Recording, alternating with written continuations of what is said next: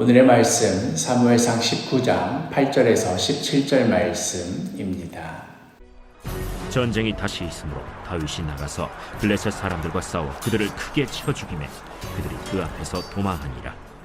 사울이 손에 단창을 가지고 그의 집에 앉았을 때 여호와께서 부르시는 악령이 사울에게 접하였으므로 다윗이 손으로 수금을 탈 때 사울이 단창으로 다윗을 벽에 박으려 하였으나 사울의 앞을 피하고 사울의 창은 벽에 박힌지라. 다윗이 그 밤에 도피하매 사울이 전령들을 다윗의 집에 보내어 그를 지키다가 아침에 그를 죽이게 하려 한지라.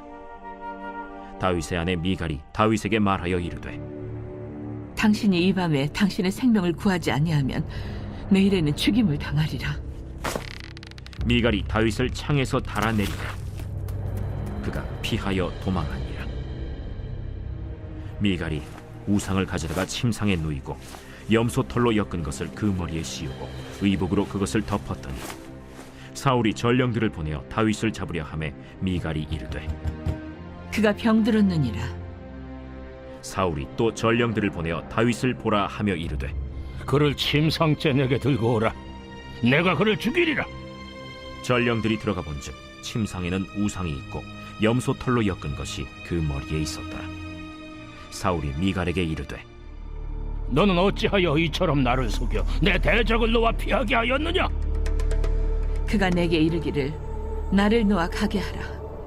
어찌하여 나로 너를 죽이게 하겠느냐 하더이다. 오늘은 6.25 전쟁이 발발한 지 74주년이 되는 날입니다.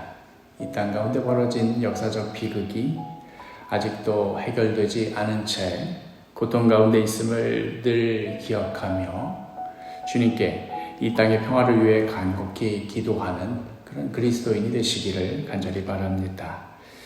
오늘의 본문으로 들어가겠습니다. 요나단의 간곡한 설득과 또 긴밀한 중재로 다윗은 다시 사울 왕 앞에 설 수 있게 되었습니다. 그리고 다시 예전과 같이 나라를 위하여서 싸우는 그런 상황이 되었습니다. 오늘 본문 8절에 전쟁이 다시 있으므로 다윗이 나가서 블레셋 사람들과 싸워 그들을 크게 쳐 죽이매 그들이 그 앞에서 도망하니라. 다윗은 사울로부터 다시 신임을 얻기 위해서라도 아마도 더욱더 열심히 싸웠을 것입니다. 그리하여 다윗은 또다시 승리를 거두게 됩니다. 블레셋은 저 멀리 도망칩니다. 이제야 비로소 왕도 다윗을 인정해 주겠거니 이제는 예전의 그 반목이 더 이상 벌어지지 않겠거니 했거니만 오히려 다윗이 계속해서 이기는 것으로 말미암아 사울 왕의 심기는 더욱 불편해졌습니다. 다윗을 향한 그 질투의 마음 때문에 그의 마음은 악령으로 다시 사로잡히고 말았습니다. 온 집안이 쩌렁쩌렁 울리도록 소리가 나고 물건들이 뒤엎어지고 때려 부수는 이 심란한 상황 중에 다윗은 예전과 같이 왕의 마음을 달래기 위해 수금을 들고 왕께 다가갑니다.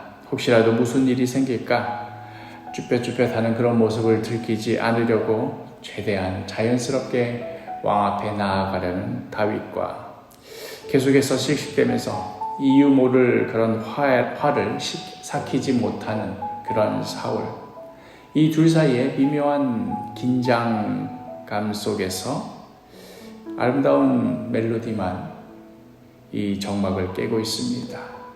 그렇게 얼마나 시간이 지났을까? 느닷없이 사울 왕이 와락 몸을 일으키더니 10절에 사울이 단창으로 다윗을 벽에 박으려 하였으나 그는 사울의 앞을 피하고 사울의 창은 벽에 박힌지라.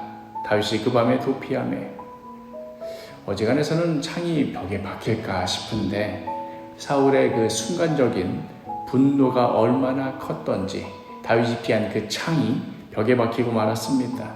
만약에 다윗이 피하기에 망정이지 피하지 않았더라면 어떤 꼴이 되고 말았을지 벽에 박힌 그 창이 잘 말해주고 있었습니다. 앞뒤 사정 가릴 것 없이 정신없이 집으로 도망쳐 왔건만 이미 사울이 특수부대를 보내놓았습니다. 눈치를 챈 아내 미갈이 지금 집안에 숨어 들어올 때가 아니라 어디라도 좋으니 여기가 아닌 다른 곳으로 멀리 도망을 치라 하고는 12절에 미갈이 다윗을 창에서 달아내리매 그가 피하여 도망하니라. 하룻밤 사이에 벌어진 정말 말 그대로 아닌 밤 중에 홍두깨 같은 그런 일들이 벌어지고 말았습니다. 그 밤에 다윗은 어디로 가야 할지 전혀 짐작도 못한 채 어디로 가야지 알지 못한 채 정처 없이 무작정 도망을 쳐야만 했습니다. 따지고 보면 왜 이런 일이 벌어진 것입니까? 다윗이 블레셋과 전쟁을 할 때에 너무나 잘 싸웠기에 너무나 큰 승리를 거두었기에 이스라엘과 사울왕 앞에서 너무나 큰 충성을 보였기에 그래서 이 꼴을 당한 것입니다. 오히려 잘했기에 오히려 신실했기에 이런 꼴을 당한 겁니다. 바로 이러한 때 다윗이 지은 시가 시편 59편입니다. 표제어는 이렇게 되어 있지요. 다윗의 믹담시 사울이 사람을 보내어 다윗을 죽이려고 그 집을 지킨 때에. 시편 59편 1절과 2절에 이렇게 되어 있습니다. 나의 하나님이여 나의 원수에게서 나를 건지시고 일어나 치려는 자에게서 나를 높이 드소서. 악을 행하는 자에게서 나를 건지시고 피 흘리기를 즐기는 자에게서 나를 구원하소서. 다윗의 심정이 어떠한지, 다윗이 지금 얼마나 의지할 것 하나 없이 자신의 마음을 알아줄 일 하나 없이 이렇게 살아가고 있는지에 대한 마음이 드러나 있습니다.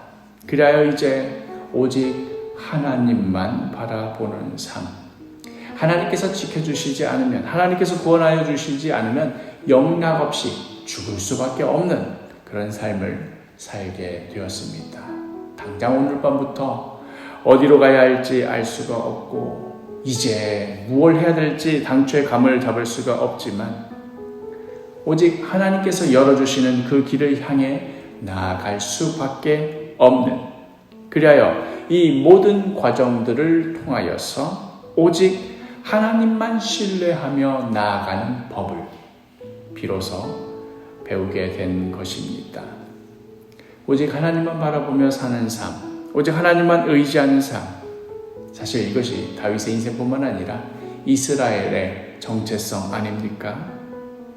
이렇게 하여 다윗은 이스라엘의 정체성이 무엇인지 뼛속부터 확실하게 익히기 위한, 또 이스라엘의 왕으로서 무엇이 가장 절실한 것인지 분명하게 배우기 위한 본격적인 왕의 수업이 시작된 것입니다.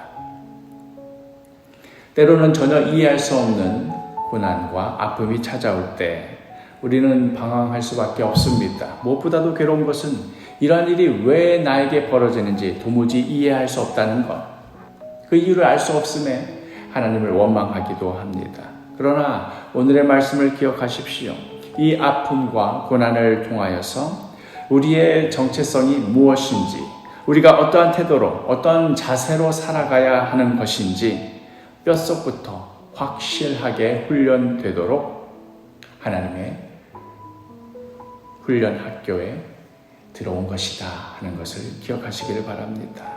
하나님께서 이 학교에 우리를 넣어서 우리를 지켜주시는 이상 우리는 결코 무너지지 않습니다. 중요한 것은 이 모든 과정을 통하여서 오직 하나님만 의지하는 하나님의 사람으로 거듭나는 것입니다. 오늘 하루도 하나님의 훈련 학교에서 하나님의 뜻대로 살아가는 그러한 모습으로 성장해 나아가고 그 믿음이 더욱더 굳건해지는 복된 하루가 되기를 간절히 축복합니다.